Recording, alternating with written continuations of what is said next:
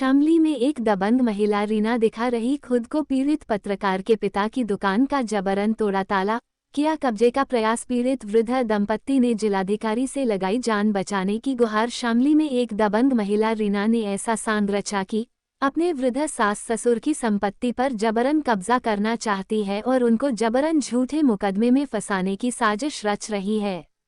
दरअसल आपको बता दें कि यह दबंग महिला शामली के मोहल्ला सीबी गुप्ता कॉलोनी के रहने वाली है।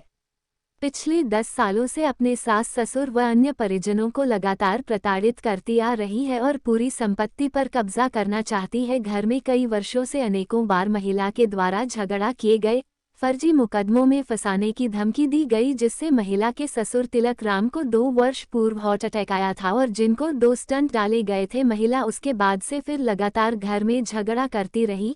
महिला की सास भी वृद्ध है और किडनी की पेशेंट है। पिछले 1 वर्ष पूर्व करीब महिला रीना के पति अमित को ब्रेन में ट्यूमर हो गया, जिसका इलाज वृद्ध पिता तिलकराम ने बहुत रुपया लगाया।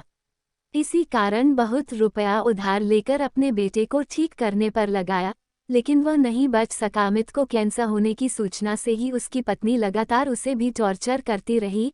आए दिन घर में झगड़ा, गाली गलौज, बदतमीजी करना आम बात हो गई थी। 6 फरवरी को अमित की मौत हो गई और 12 तारीख को 13वीं के दिन तक फरवरी तक घर में लगातार झगड़ा करती रही। एक और जहां माँ बाप अपने बच्चों की मौत से दुखी थे, तो वहीं मृतक अमित की पत्नी लगातार उन्हें पूरी संपत्ति अपने नाम करने दबाव दे रही थी।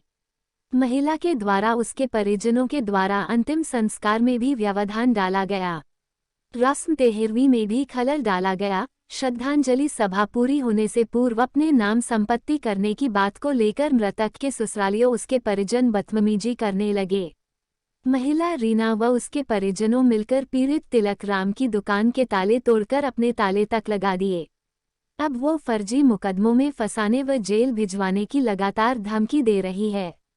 पति की मौत का गम न मानकर ससुर की संपत्ति पर कब्जा करना चाहती है। पूर्व में फोन पर ससुर व परिजनों से गाली गलौज करना, घर जब कोई मेहमान आए उससे मृतक अमित से ना मिलवाना, बार बार महिला के परिजनों का आकर घर के सभी सदस्यों को धमकाना आम बात थी। महिला रीना इतनी शातिर है, वो खुद को पीड़ित दर्शा रही है, जबकि पीड़ित तिलकराम व उसकी पत्नी ने जिलाधिकारी शामली रविंद्र कुमार के पास पहुंचकर न्याय की गुहार लगाई है। पीड़ित तिलक राम का कहना है कि जिस प्रॉपर्टी को मैंने बच्चों की तरह बनाया, उस प्रॉपर्टी को आज मेरी पुत्रवधू जबरन अपने नाम करवाकर बेचना चाहती है। वो मेरी स्वयं की बनाई हुई प्रॉपर्टी है। आए दिन लगातार अपने परिवार वालों से धमकी दिलवाती है, जिसका ऑडियो मेरे पास है। और जब से मेरा बेटा अमित बीमार हुआ था, तब से उसके साथ मारपीट, गाली गलौज और अपने घर वालों से उस पर प्रेशर डलवाती थी कि अगर तुम बोले तो तुम्हारे साथ मारपीट करवा दूंगी और घर छोड़कर यहाँ से चली जाऊंगी और कभी इस घर में नहीं आऊंगी। ना तो मेरे बेटे की सेवा की, बल्कि मैं 4-4 घंटे अपने बेटे को दवाई देता था। और जो पत्नी अपने पति को 1 गिलास पानी तक नहीं देती थी, आज वह पत्नी होने की बात कर रही है। मेरे बेटे की पत्नी रीना सुबह ही घर से निकल जाती थी और रात को घर आती थी, जबकि मेरी पत्नी व मेरा छोटा बेटा और मैं खुद अपने बेटे की सेवा करते थे। आप यहाँ डीएम ऑफिस आए, क्या पूरा मामला? अजी पूरा मामला है, सरकार मेरी पुत्रवधू है, वो हमें परेशान कर रही। मेरा लड़का एक्सपायर होगा, उसको मार देना, उसकी देख न रेख प्रॉपर्टी का है कि मुझे बांट के दो, बांट के दो, बांट के दो, यो करो वो करो, नहीं मरवा दूंगी, यो करवा दूंगी, वो करवा दूंगी। मतलब उसके बाद फिर क्या नाम जी, उसमें वहाँ से क्या नाम, लड़के का ऑपरेशन होगा। आज 5 दिन तक तो बाहर कट रखा जी, घर में नहीं बढ़ने दिया जी, जबकि उसकी देख रेख की जरूरत थी जी, उसको बाहर निकाल दिया जी। जो अपने घर वालों को मारने की धमकी देवे जी कि मतलब तुम्हें मार देंगे, ये कर देंगे, मेरा नाम बेनामा करो, ये करो, मतलब क्या नाम, नहीं तो नो हो जाएगा। मेरे घर का सारा का ताला लगा दीजिए, अपने घर चले गई ताला लगा कर जी। मैं परेशान। एक्सपायर हुआ है, आप पीड़ा में हो, 7 दिन आपके पुत्र को गुजरे हुए हैं, तो यही तो नहीं बात समझ रही। हम तो पीड़ा में, हमें तो मजबूरी है, हमारी तो यहाँ आने की। जब उन्होंने खड़दू मचा दी, हम तो आना भी नहीं चाह रहे थे जी। ये तो उन्होंने मतलब क्या नाम जी, एक से एक मेरे छोटे बेटे को मतलब क्या नाम जी फंसाने के लिए, मैं इसे फंसा दूंगी, इसे फंसा दूंगी। कल मैंने कहा रही हो क्या कर रही, कहने के डब गोड़ नहीं तेरा वो हल कर दूंगी, याद रखेगा।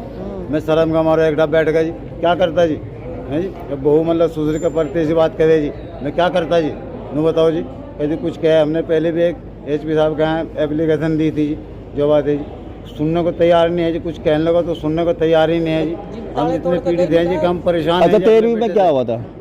13वीं पे जी हमने तो मतलब क्या नाम जी 13वीं का प्रोग्राम रखा भाई, उसको भाई को श्रद्धांजलि सभी मेरी बात सुने, किसी ने कोई बात नहीं सुनी, ना श्रद्धांजलि होने दी ना कुछ होने दिया जी। बस प्रॉपर्टी के बाबत बढ़ गए जी, धक्कम धक्का चढ़ के एक दूसरे के ऊपर चढ़ कर जी, एक दूसरे के ऊपर चढ़। अच्छा, ऑडियो और वीडियो भी बता रहे हो आप किसी हाँ, और वो वीडियो भी सब चीज़ है, सब चीज़ की जिसकी भी जो भी चाहे, जितना न बदतमीजी के लिए कहते हैं कि मेरा बाप मतलब तू मेरे पैर की जूती निकाल कर मर जा, आज मर जा।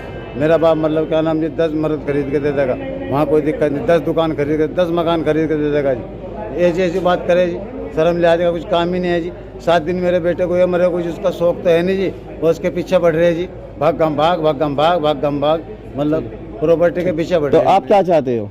हम ये चाहते हैं जी मैं ठीक शांति से रहो, सब काम प्यार में होते हैं, कोई ऐसा थोड़ा है जी कोई भाग गम जबरदस्ती तो कोई किसी को गोली मार के ले लगा जी। प्रॉपर्टी मेरे नाम है, कोई दाद दिलाई थोड़ा है जी।